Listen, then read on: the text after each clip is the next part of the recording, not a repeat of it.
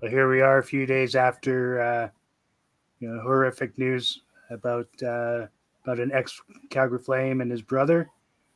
Obviously, everybody's heard the news at this point. I don't really need to go into it in great detail. It's super unfortunate. As a father myself, I can imagine what the Gaudreau family is going through. It's just a horrific situation for them. But we're not here just to do the woes. Let's discuss the Gaudreau family and their legacy that I'm sure will continue on for many years. Gentlemen, good to see you guys. Dylan, Ray, I'm glad you came back. Wasn't sure we did a show not that long ago. We weren't sure if we scared you away, but glad you came back for another round. Well, thanks for having me back, gentlemen. It's an honor and a privilege to be here. Yeah.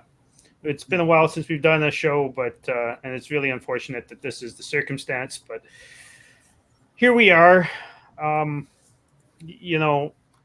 love to get some of your guys' comments and stuff. I don't think our Facebook comments are working right now as far as being linked to StreamYard, so we won't be able to put them up. But feel free to comment. We'd love to get you guys on YouTube to comment, and whether it's asking questions or telling stories or whatever it is. We'd love to read some of your stories. So please do that. And thanks for coming, Ray. I know it's late for you, but it's good to have you back. Thanks, brother. Appreciate it.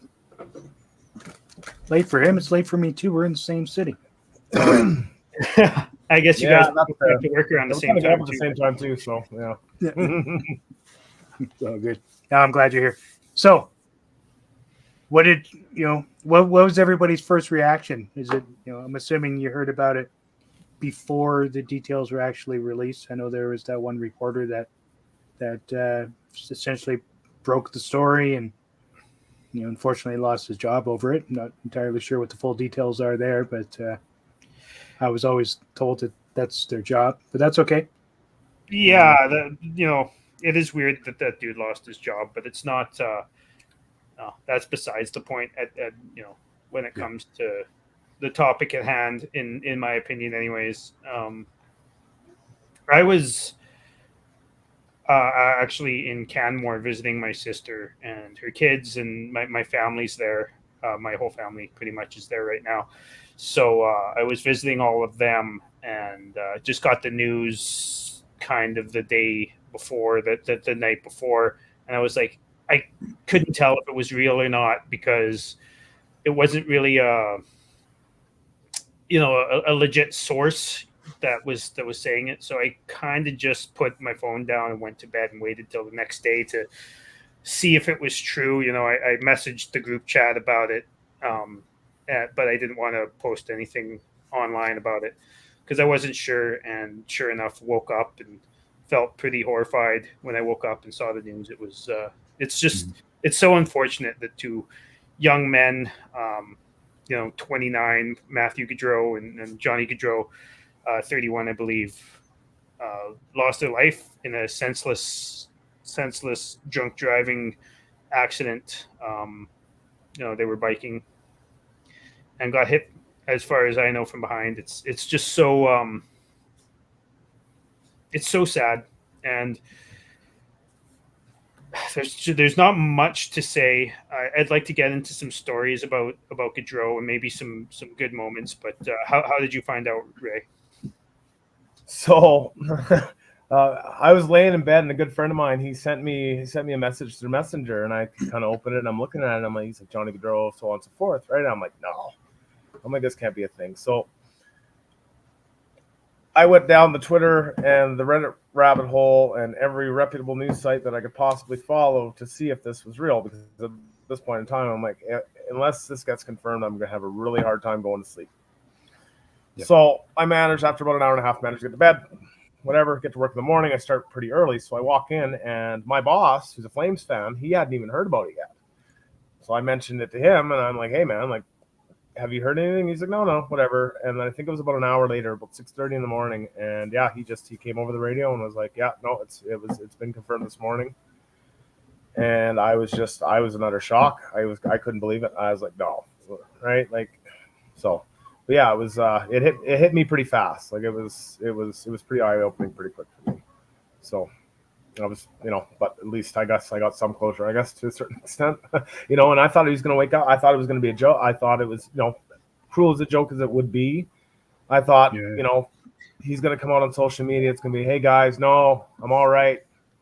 Everything's all good, whatever, it's whatever. I don't know whoever broke this story or whatever, but the rumors are not true. Right. And that's truly what I was hoping for. And it's very unfortunate. Once I got the opposite, it was, it hit pretty hard, pretty fast. Yeah, that was kind of what I was thinking too. A day after or something like that, you get I spent 2-3 hours in the hospital for whatever situation. Thanks for all the well wishes, and we move on. But once you get the actual, the truth of the matter there, it really is. It makes you instantly start thinking about your family, start thinking about obviously Johnny's career. Start thinking about his parents, and then you hear the fact that him and Mathew were supposed to be standing up in their sister's wedding the next day. Like, oh man, like that's so hard to take. The layers, it's absolutely heartbreaking, and it was truly heartbreaking as the layers kept peeling back, and just knowing throughout the years of watching Gaudreau and the family. Whether it's going to Calgary or the fact that Guy Gaudreau never missed a home game in Columbus. The way that family valued having each other around. Is just another layer of heartbreaking. And like Steve says, it's absolutely. Makes you take a step back and reflect on how fortunate we are. It really does. Yeah. Oh yeah, for sure. 100%, without question. It really puts life into perspective, in terms of kind of, our time is very limited on this earth. Right. So, and it makes you think we're lucky as well, back to all of the arguments we've all had about, whether it's, can you win with the guy or do playoff production or that he was too small before he even broke into the league, or that he left Calgary to be closer to his family, or all of those things. Like, it's just all of that stuff is so trivial now. Oh yeah, I'm part of the fan base that were angry that angry in how he left, whether angry at Brad, angry at Johnny at the time, and then of course instantly you feel like a dirtbag, right? As soon as you find out the news, it's like all the times in my my conversations where I'm like, screw this guy, he screwed over my team and all that. But I mean, at the end of the day, it's all irrelevant. It's completely irrelevant. Yeah, 100%. I was on the other side of it. I mean, once he wasn't at the Stampede, I knew he wasn't coming back.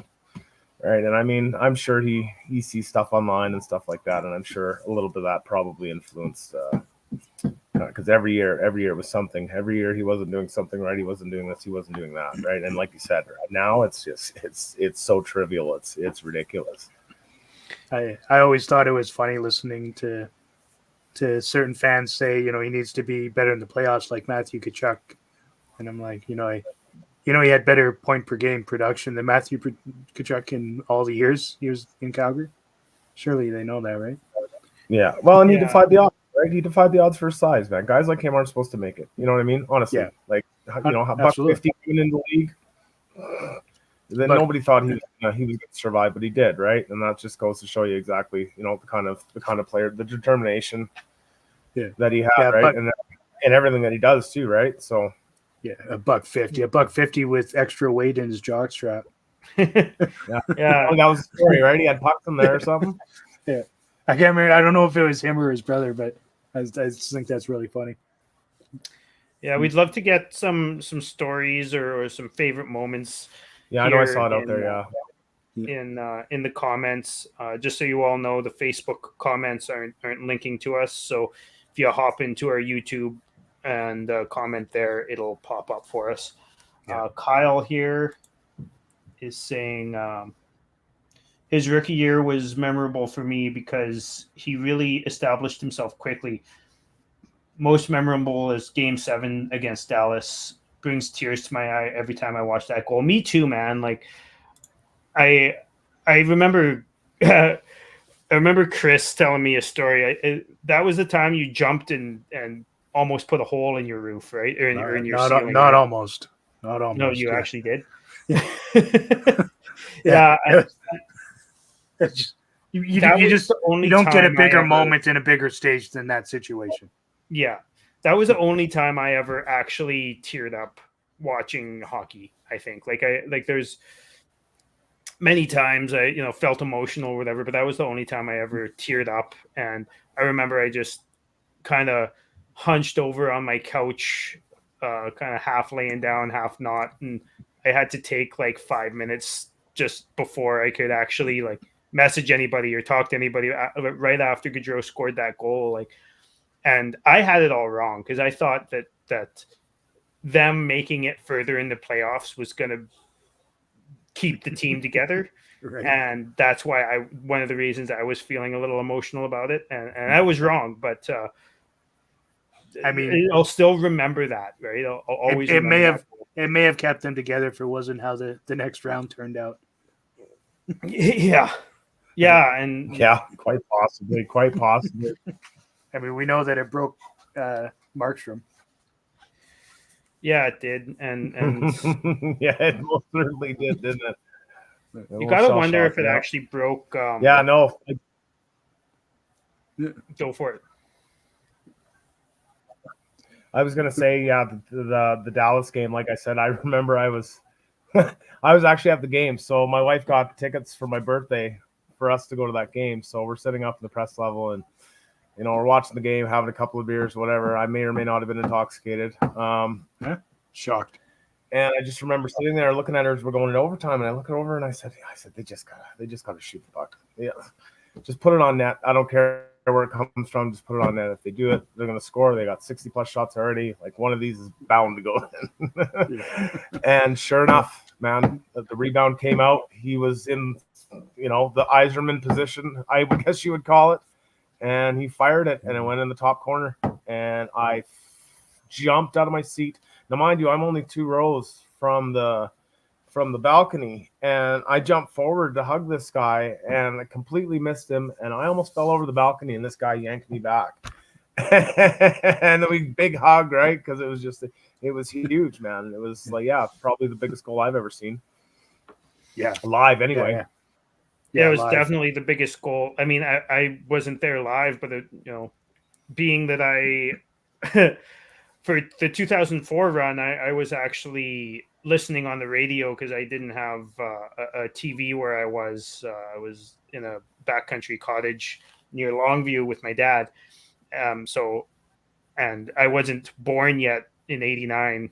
So that was definitely the biggest Flames goal I've ever seen.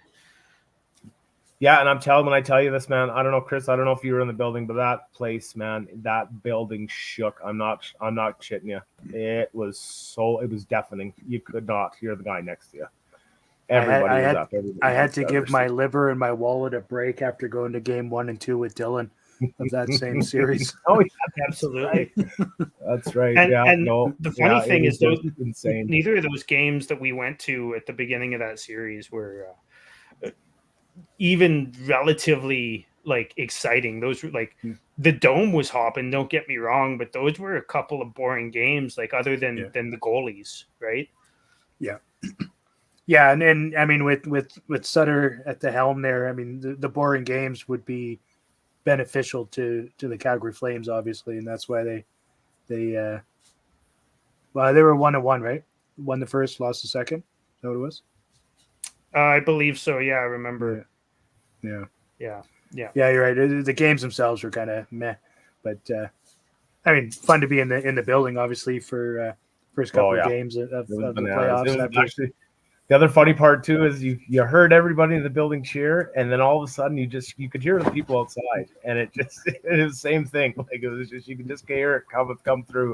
It was pretty crazy. Yeah, the way that series ended was just. I think every Flames fan had a bit of an emotional night that night. It was just amazing.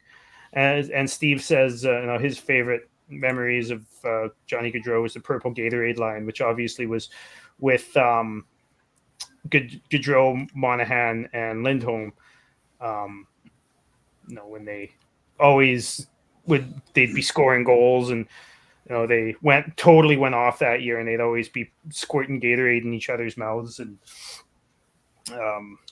really, I think that was his 99-point season, right? Yeah. Which was 2019. And we all thought that was the beginning of something really special.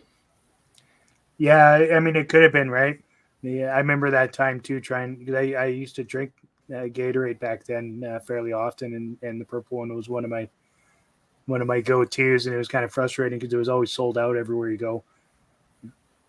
Because Gaudreau made it famous with squirting it into Lindholm and Monahan's mouths there after a goal.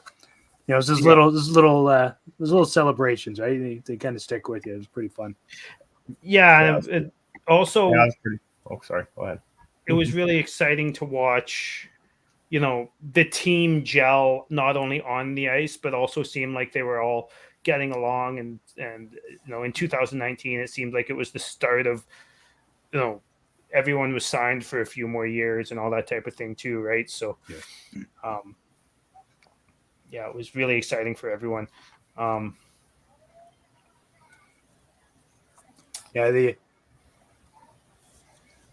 was almost the beginning of the end, right? It kind of was, wasn't it? Yeah. Now that we are where we are, everybody who's watching, let us know in the comments who or what your favorite Gaudreau moment was. And it's weird because as emotional as that Dallas goal was, or the goal against Dallas was, I think just honestly my favorite memory of Gaudreau was that. Was it Jacob Voracek when in the All-Star game? That was so funny when he went to do a shootout and stopped and went back and got Gaudreau and pretended he was a kid. That was right after was it Rick Nash actually went back and got a kid and put him between his legs, and the kid took a shootout and scored on the goalie, and then Voracek did the same thing, joking around that Gaudreau was small, and just the fact that Gaudreau actually, was able to laugh at himself for how small he was, and how funny that was when it first happened. And I know it's weird because I truly don't give a fuck about the All-Star game, but that was hilarious. Yeah. It was. It made me watch the All-Star game again for at least a couple of years just to see what's gonna happen. Yeah. Right. Yeah, that's one of my favorite too, for sure, 100%. I mean, the skills competition has always been way better than the actual game, right?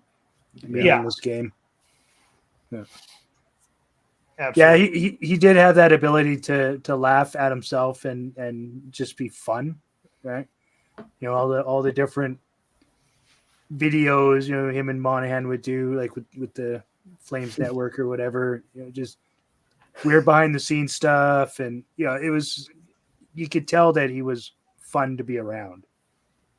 Yeah, and that video they did for Retro Night with Monahan and Kachuk and Gaudreau and Kachuk's, who like personality wise seems like he's the funniest of them all, like in an actual suit, and the other two guys just goofing off.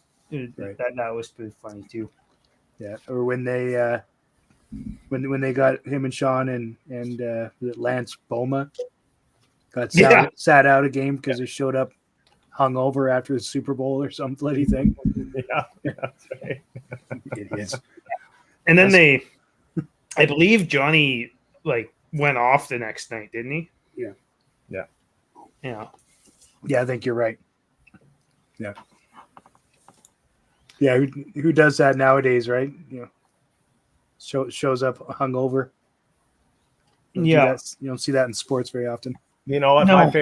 My favorite thing is probably seeing him up on that horse in the Stampede. Cowboy hat, shirt, and all. We all know That damn well that little- was a pony. We know that was a pony, right? That horse Maybe- takes off. I don't know what he's That was going just to that was just crafty camera angle, right? do. That's that was- right. It was just one of the little miniature ones. Just do a lot of up angle is fine. No, he's on a Yeah. pony. Still smiling though, right? Yeah, yeah. I mean, he's still smiling riding that horse. It was hilarious. Yeah, it was probably my favorite thing. And it just goes to show the kind of person he was, like you said, right? Guy was probably a lot of fun. I guarantee it. Like I bet you he's just a hoot. I also liked how, and I think it might be a little bit unique to the Flames, although I don't know, how the Flames often have like whether it's Sarich or Stajan or whoever on the panel in the intermissions or after the game or whatever. I don't think it's Stajan anymore because he coaches the Hitmen, I believe.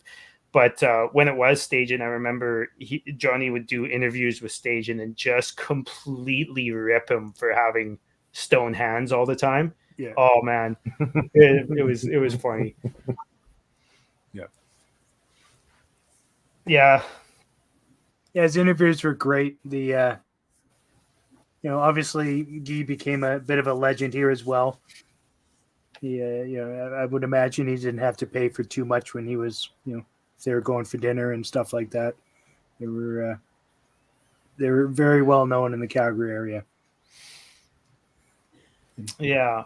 I think it was good for him, for Gaudreau, having Hoodler in his first couple years, or was that his first year or second year? Either way, having Hoodler early on in his career, because Hoodler seemed like a really comfortable in his own skin kind of guy. And I think that really helped Johnny out a little bit. Speaking of comfortable in his own skin, when he was up on the stage, when Hoodler was up on the stage accepting his trophy. What was it? Was it the Lady Bing, or I can't remember exactly what trophy he won. That sounds like what he would win. Yeah. Yeah, and Hoodler didn't have any shoes on. He was joking with Johnny about it being past Johnny's bedtime or whatever. Yeah, Yeah. Funny stuff. So yeah, obviously the big talk is when he left. Why did he leave? To be closer to family. I know his wife is in the medical field, and I believe already had a position in Columbus, or had a position for her to take, or something along those lines. Also, I think there wasn't a lot of friendship between coach being Sutter at the time and Gaudreau, even though when Sutter came to town, Gaudreau's game picked up. off. Oh, it took off, right? It picked up considerably. I think he truly is the one that benefited the most from Sutter's style, which is kind of mind blowing when you look at the rest of the team at the time, and Johnny kind of in the middle. They list him at 5'9". Do we think he's actually 5'9"? I don't know. But I mean his game just exploded when Sutter came to town. So I know that's a rumor, but there could very well be some truth to it. But I don't know if that was the sole reason. I think it was just to be close to family. Obviously, That's my thought. I mean, people always say that Columbus isn't all that close to Philly or New Jersey, but I mean, the fact is, there wasn't really room in New Jersey at the time, and Philly was rebuilding, and technically so was Columbus, but they went for it anyways, right? Philly just didn't, and it wasn't that they didn't. They wouldn't have wanted him if he was actually, if those teams were all competitive, they, one of them would have taken him for sure. But it was just bad timing for him to get closer to his home, even with the Rangers, right? Like they had Panarin and they had Kreider up the left side, and Columbus just was the team that could both afford him and was relatively close. And like I said earlier, like Guy Gaudreau did not miss a single Columbus home game when Johnny played there, and it was like it was family. That was the one and only reason. Well, maybe not the one and only reason, but that was the main reason. For sure, I don't think there's any question, honestly. Yeah, no, 100%. If any people that have been coming on social media that actually know him, right? They all say the same thing. He's a big family guy. Their family's close, right? He wanted to be closer to his family. And at the time, we were just coming out of COVID, and the rules in Canada were kind of, a little sketchy, as to the point where, if his father had another serious heart condition, who's to say whether he makes it there or not, right? So he ultimately made the decision that was best for his family, and for me, that's enough for me.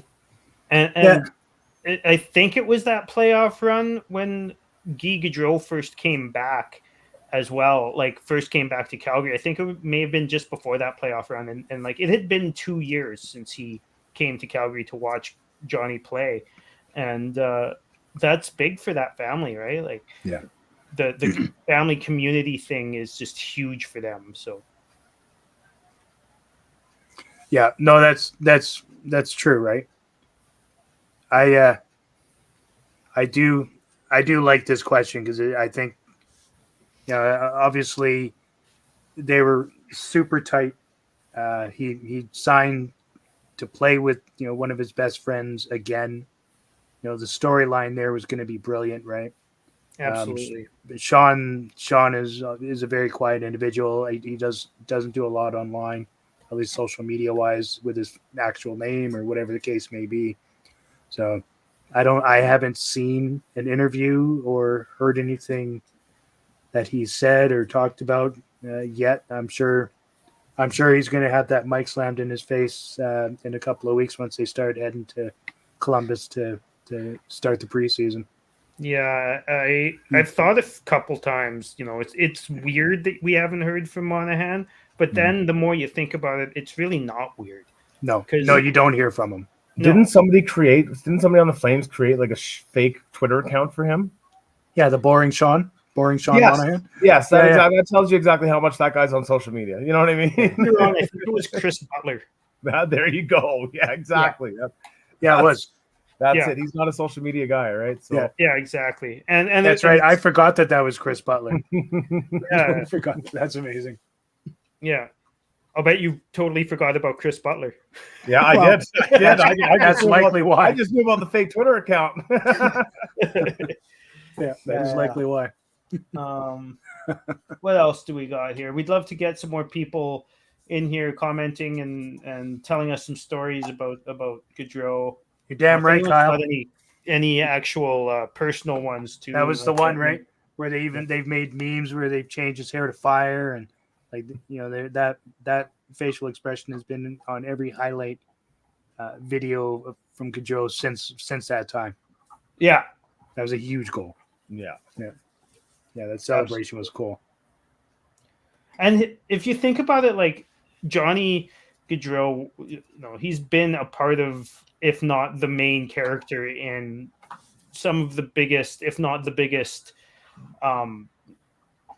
goals and moments in recent Flames history, whether it be that comeback in LA or the win against Vancouver or the win against Anaheim or the win against Dallas or whatever, right?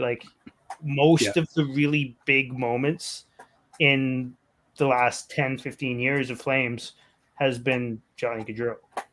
Yeah, absolutely. Yeah, and his first year of playoffs, the 14-15 season, played 11 games with 9 points. Right? Yeah, but he's a terrible, terrible playoff player, right? Yeah, he's, don't get me wrong, the 2 years later with 4 games and 2 assists wasn't great, and then 5 games and 1 assist, also not great. But the 19-20 season was damn reasonable. The 21-22 season, 12 games, 14 points, right? He stepped it up. Yeah.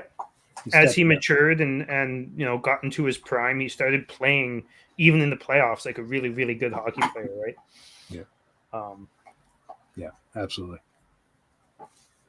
Yeah, Kyle saying, or KQ saying they were going to play together again, talking about Monahan and Gaudreau. And there was even an interview with Monahan on a podcast, a couple days before this whole thing happened, talking about how excited he was. And you got to feel for him, right? Like, obviously, you feel for Meredith and the kids and the sisters and the parents and everyone else, but Monahan as well, right? Yeah, absolutely. I've got a video. I don't know if I've ever shown it to you guys. I was with my buddy Ryan Miller. Came to Calgary for a game there. He's from Owensboro, Kentucky, so not a conventional place for a Flames fan, but here we are. We're at the game, and Gaudreau had just scored, and while they're announcing his goal, literally with the Gaudreau, and he scores again, and the crowd goes nuts.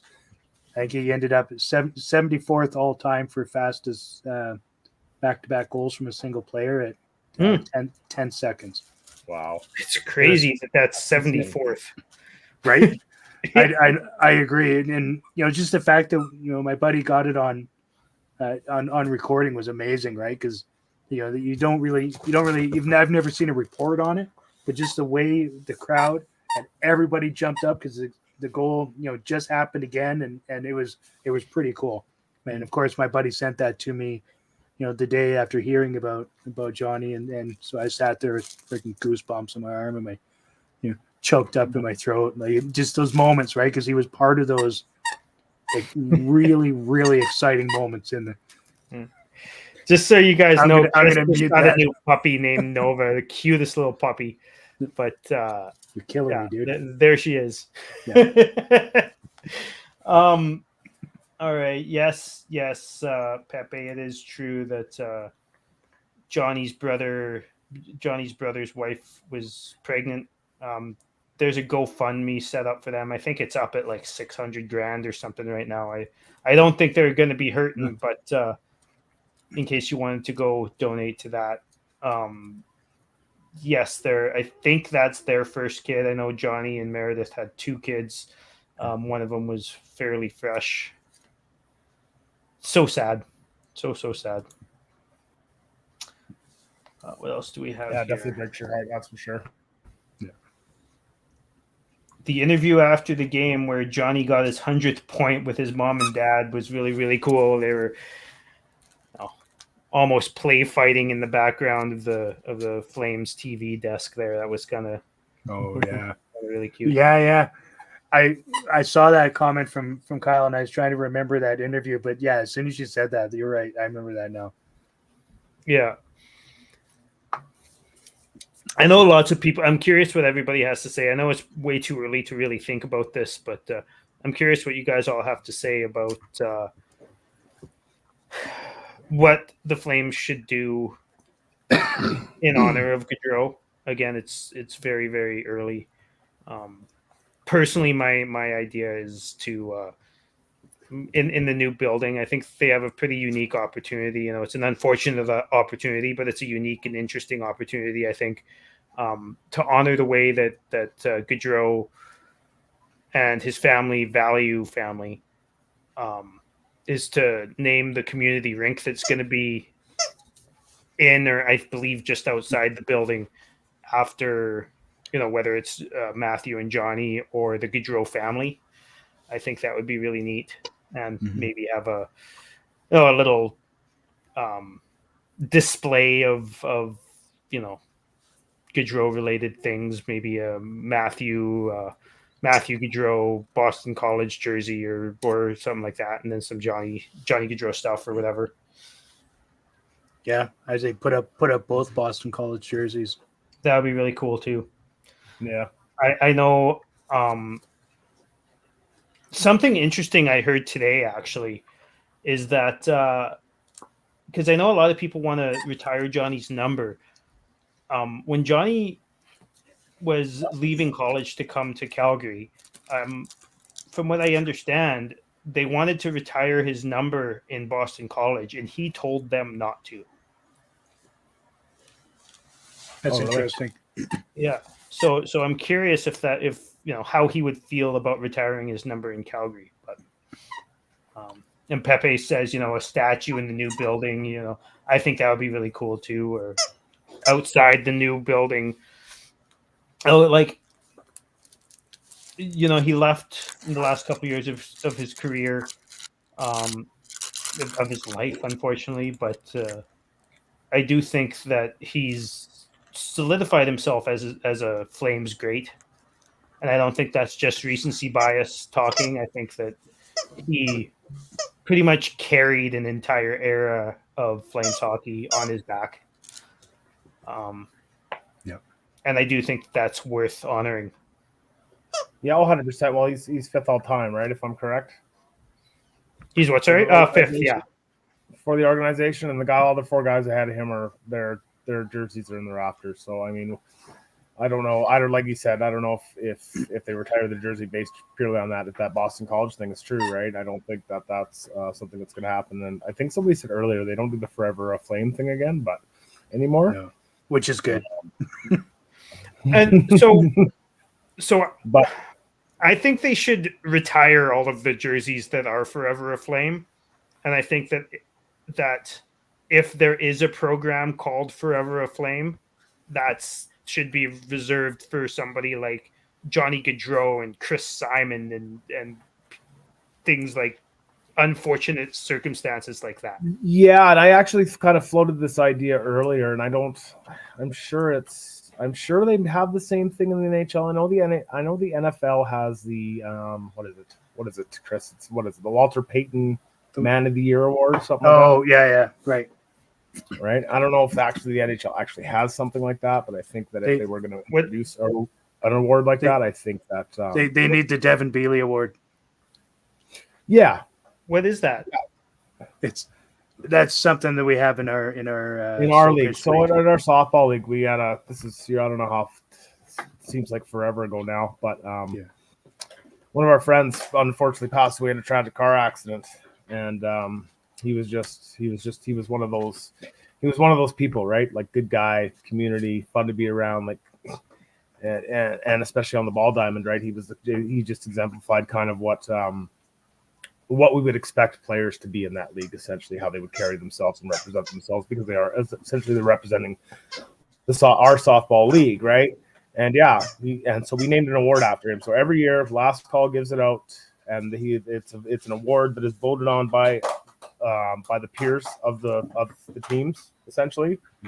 And so all the teams put in their votes for who it is, and whoever exemplifies it essentially gets the reward. And it's a really a high honor, right, in our league. I mean, It almost falls the same lines as of the MVP award, right? So yeah, it's interesting. I've heard it thrown around that some people want to rename the Lady Byng after him because he played like a Lady Byng style player for so long, and he won it once, I believe, and also just that the Lady Byng is named after the guy who donated the trophy's wife, and maybe it's time to update that, right?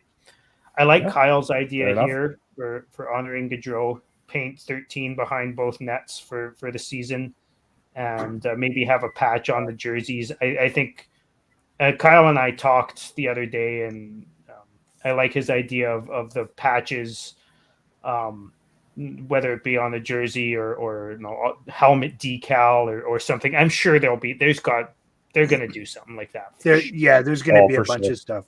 Yeah, there'll be a bunch of stuff for sure. When you think about all the players that are in the rafters, obviously there's not a ton for the Flames.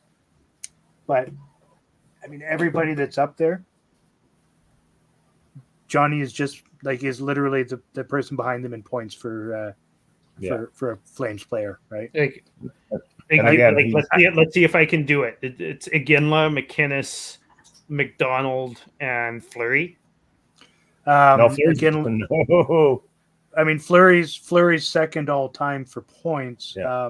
Yeah. But unfortunately he's not in the rafters, I guess, due to off ice stuff, which I think is kind of trash. Oh, I thought he was forever a Flame, but not. No. No. I don't think he's even that. No, I think he made his exit. I don't think they left on good terms there when he came back or tried to come back for that one season, whatever, just before his book came out. So you have McGinley, you got Fleury for point total, McInnes and Nieuwendyk, and then Gaudreau. Yeah, and then Johnny Gaudreau. Nieuwendyk. Yeah. And I like this idea too. Unfortunately, we'd like to think drunk driving is going to be stopped one day, but plaque on a statue. Earlier Pepe was saying to put a statue outside the new building of Gaudreau and a plaque on the statue explaining how he was killed by drunk driving, and so kids learn early on to not do that. Yep. Yeah. That seems good. Travis seems to agree. I saw a podcast earlier too. They were talking about that whole drunk driving thing, and I think I actually made a pretty good statement. So he says, I don't understand why breathalyzers aren't standard in most motor vehicles nowadays. They should be, essentially, is what he says, right? Yeah. And he's like, you can make the argument for personal property, so on and so forth, but anybody that makes an argument against having a breathalyzer in their vehicle knows that they would fail, and that's why they would be against it, right? Because if you're not 100%. drinking and driving, then you got nothing to worry about, right? Essentially, and it's unfortunate people continue to do it. I mean, I've been guilty of it, and now I'm like, not a chance. There's not a chance because my too God, many options. How would I feel? Yeah, absolutely. Right? I agree with that guy's statement too, right? I mean, they can mandate and install standard backup cameras. Like it's all vehicles is it after 2018 have to have the backup camera? They can't do that with the breathalyzer and put this to rest once and for all. Obviously, it's not going to eliminate all of it, but it would sure help. There's always ways around it, right? People will find ways around it. It's unfortunate, but I agree with that statement 100%. And that was the other, the other thing. Another one of my friends said, right, is everybody talks about honoring Johnny Gaudreau. Well, if you want to honor Johnny Gaudreau and the legacy of the man that he was, then don't drink and drive. End of story. Yeah. No, that's 100% true. Yeah, there's way too many options now. Between rideshare, Ubers, all that. Like, there's too many options. Public transit, taxis, whatever, man. It's don't get me wrong. I'd like to take this moment to call out Uber for after a game when it costs you $30 to get there and $115 to get home is horse shit. Yeah. Fuck. That's Chris. That's when you just got to suck it up and call the wife and bite that bullet, buddy. Oh no. No. I know I would. I'd be like, nope. But you need to come pick me up. No. That's $115. I'm on my way. Yeah. Right. Yeah. She understands the value of $1 straight up. So yeah, that's fair. She'll get you. You might have to hear it on the way back. But don't look at the credit card. I swear to God, it was only $50. Travis said my two legs are the cheapest in town. I read that wrong. I thought he said my two left legs are the cheapest in town, and I was like, yeah, that's how I walk when I'm drunk too. Oh my. Oh my. That right there. That's what we call greetings from West Bigot, Virginia. Or you do my favorite thing I like to do after Flames games. Walk downtown to you and me, go have some Chinese food and then sober up. Well, that's right. And that's what we do, right? You go to the casino or go find a place to hang out for 45 minutes or an hour. So you're, like I said, your Uber ends up being only $60 then. Yeah, that's right. Of course, you spend $100 at the bar, so whatever. Yeah. I really appreciate you guys all coming in here and chatting with us. It's really, really a crying shame. It's a complete tragedy. We're all sad right now. I threw up a Gaudreau jersey outside my front my front door earlier today. Finally got a way to hang it up and leave it out there for a while. And I think this one over here is probably going to stay here all season. I'm not going to drink and drive, I'll tell you that much, but I also just don't drive. So, Right. I was going to say. Yeah, no, we went, like you said, it's a sad moment, right? We were down there on Thursday, me and the wife went down there, and Malcolm's kind of not old enough to kind of understand that kind of stuff yet. But yeah, we went down there and we dropped some stuff off and, keepsake stuff that was important to me, right? That meant certain things and just kind of left it there. And, it was great to see the community kind of come together and everybody, really come together. I mean, that was 4 days. By the day 4, it was full, right? Like they had to start making plans where they're going to put it. And that's not a small staircase either. No. It's like, especially wide, how wide it is, right? Yeah, it's cool to see. Really impressive. And honestly, it's a testament to Flames fans. And there was Oilers fans there, Canucks fans there. I heard Dustin Wolf was there. Being a small American kid who probably definitely had to, fight through a lot of adversity to get to the league and just starting, he wouldn't be surprised if Gaudreau was somewhat of a, one of his guys that he looked up to when he was a kid, a younger kid. And Pepe's right. We should ask, the Flames, I'm sure, will be talking to the family, probably not anytime soon. Probably let them have the time for sure. Go through the process. 100%. It's really awesome to see, fans and players from other teams, even our most hated rival, just speaking some awesome stuff about Gaudreau and his legacy and how they didn't like when he came into town because of how good he was and how good of a person he was and all that fun stuff. And it just proves once again that sport is bigger than almost anything, right? They come together. Yes, they're rivals on the ice, but once that 60 minutes is over, these are human beings with families, with lives, and and it can be cut short really fucking fast. Absolutely, yeah. Really, so I give a lot of credit to a lot of Oiler fans that I've seen over the last few days. Well wishes and all that fun stuff. Like it's really nice to see. Obviously, once October starts, we're not friendly again, but coming together for a tragedy it helps restore my faith in humanity a bit.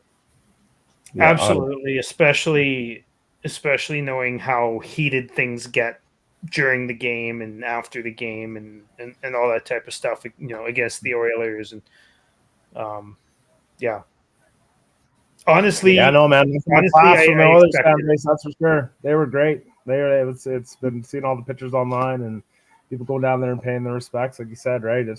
Come October, it's going to be a lot different, but I definitely I tip my hat to Oilers fans for sure for coming together and just looking outside the realm of a rivalry and come together as fans of the game and fans of Johnny Gaudreau. 100%. Yeah. 100%. Sports bring people together. They sure do. And left or right, sports are in the middle ground, right? That's right. Really been good to see. And I'm just happy that people have gotten together and the tributes have been great, and even the cross sport tributes. You've seen LeBron James. There was a big, huge Johnny chant going on at a soccer game in Columbus, I believe, as well. Right, later that day. There's been a lot of honorings in baseball and. Baseball as well. At the Stamps game yesterday, obviously they had a big thing. All the players showed up in their Gaudreau jerseys, and like I said, it just country star too. I can't remember. I think it's Brett Kissel. I think. Yeah. He did a big tribute as well. Yeah. So yeah, it's brought people from all different realms together, right? I mean, Yeah. everybody loves hockey, man. Yeah, So- I mean, I live in BC. You know, it's given it's closer to Calgary than it is to Vancouver, but most people here are either Edmonton fans or Leaf fans or Vancouver fans, and I wear my Flames hat everywhere I go. Right, and I've been stopped many times and talked to about it, whether I was in here or Golden. I was, the next day I was on a bus on the way home from Canmore on the way back to BC and went through Golden, and I saw a Gaudreau sweater on a flagpole outside of a bar in Golden. I tried to take a picture of it, but I couldn't because I was in the bus. But yeah, well, I was gonna say, and you probably weren't expecting it to be there either. So absolutely not, absolutely But not. that And that just goes to was show like you. just after the news became official, right? Like it was quick. Yeah. Well, it just goes to show you, man. People come together fast, especially under the circumstance of tragedy. Yeah. Yeah. It's unfortunate. Well- That's the way we got to do it. But We should probably leave it there. And, thanks everybody for tuning in once again. And thanks for all your questions, comments. We do like to discuss what everybody else is thinking. Helps take some of the pressure off us anyways. Like and follow us on social media, Facebook, X. You can follow us at ArmChair GM _pod on X, and then just ArmChair GM Podcast on Facebook. Reddit, Mr. Reddit there, he's all over the place with it as well. So follow him there, give him the gears. He likes to interact. He's really good at receiving criticisms. He's also good. He's also good at giving it. So I'll warn you there. So thanks for tuning in. If you just want to do a quick show about Johnny and the legacy, as well as his brother Mathew. So I think we're from the probably ArmChair through, GM Podcast, I'd just like to say thanks for everything you did for Calgary, Johnny, and rest Cheers. in peace to you and your brother. 100%. Cheers to the entire Gaudreau family and all of the great memories that honestly the whole family brought to Calgary. Yeah, absolutely. And thanks for coming on again, Ray. Hey, boys, thanks for having me. It was a pleasure. I was glad to be here. Thank you. And Cheers. tune in next time. We'll talk about hopefully some more upbeat stuff. Sounds good to me, meantime, brother. Go Flames, go. Go Flames, go.